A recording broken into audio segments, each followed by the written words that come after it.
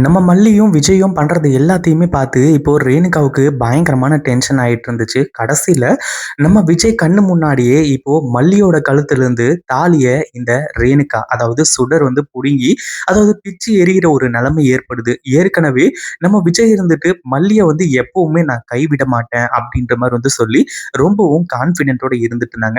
உண்மையிலேயே அது எல்லாமே ரொம்பவே நல்ல விஷயம் தான். அதுல எந்த ஒரு சந்தேகமும் கிடையாது. அதாவது மல்லி அதாவது ஏற்கனவே வந்து விஜய்க்கு பொண்டாட்டி வந்துட்டாங்க. இதுக்கப்புறம் எதுக்காக மல்லி அப்படின்ற மாரி விஜய் நினைக்காம, மல்லிய நான் தொட்டு தாலி கட்டியிருக்கேன். அதுவும் இல்லாம மல்லியும் என்னோட வாழ்க்கையில ஒரு மிகப்பெரிய அங்கமா தான் இருக்கா அப்படின்ற மாரி வந்து சொன்னாங்க. உண்மையிலேயே இது எல்லாமே ரொம்பவே நல்ல விஷயம். அதே மாதிரி இந்த சுடர் வந்து மிகப்பெரிய அதிர்ச்சி ஆகுற அளவுக்கு அடுத்தடுத்த விஷயங்கள் எல்லாமே நடக்குது. உண்மையிலேயே இப்போ சுடர் இது எதையுமே எதிர்பார்க்கவே இல்ல.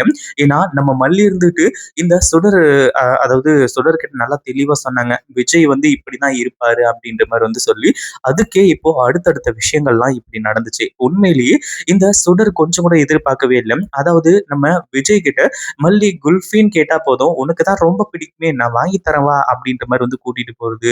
அடுத்ததா கிச்சன்ல வச்சு இவங்க 2 பேரும் ரொமான்ஸ் பண்றது. இந்த மாரி விஷயங்கள் எல்லாமே நடந்துட்டு இருக்கு.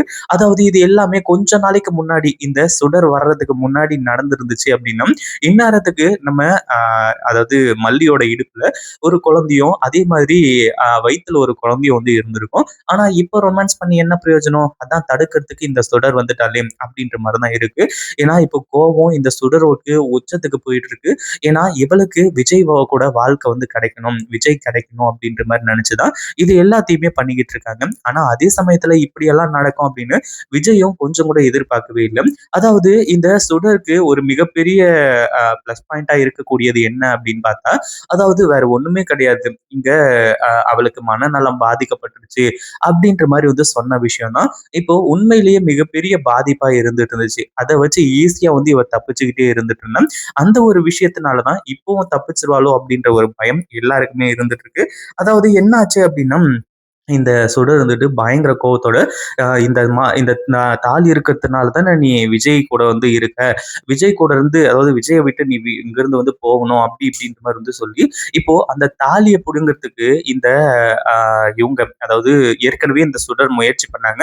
அப்போ வந்து முடியல. இப்போ வந்து அது முடிய போகுது. அதுவும் இல்லாம நம்ம மல்லியோட கழுத்துல இருந்து அந்த தாலியையும் அறுத்துறாங்க. அந்த ஒரு டைம்ல விஜய் அத பார்த்துட்டு பயங்கரமான அதிர்ச்சி ஆனது மட்டும் இல்லாம, "என்ன பண்ணிட்டு இருக்க ரேணுகா நீ?" அப்படின்ற மாரி வந்து சொல்லி பயங்கர கோவப்பட்டு, என்னதான் வந்து மனநலம் பாதிக்கப்பட்டிருந்தாலுமே கூட, இப்படி செய்யறது தவறு அப்படின்ற மாரி சொல்லி விஜய் இருந்துட்டு இந்த ரேணுகாவ அதாவது சுடர கன்னத்து மேலயே பலார்ன்னு ஒரு அற விடுறாங்க. இந்த வீடியோ புடிச்சிருந்தா லைக் பண்ணுங்க, ஷேர் பண்ணுங்க. இப்பதான் நம்ம சேனலுக்கு ஃபர்ஸ்ட் டைம் வரீங்க அப்படின்னா, சப்ஸ்கிரைப் பண்ணிக்கோங்க.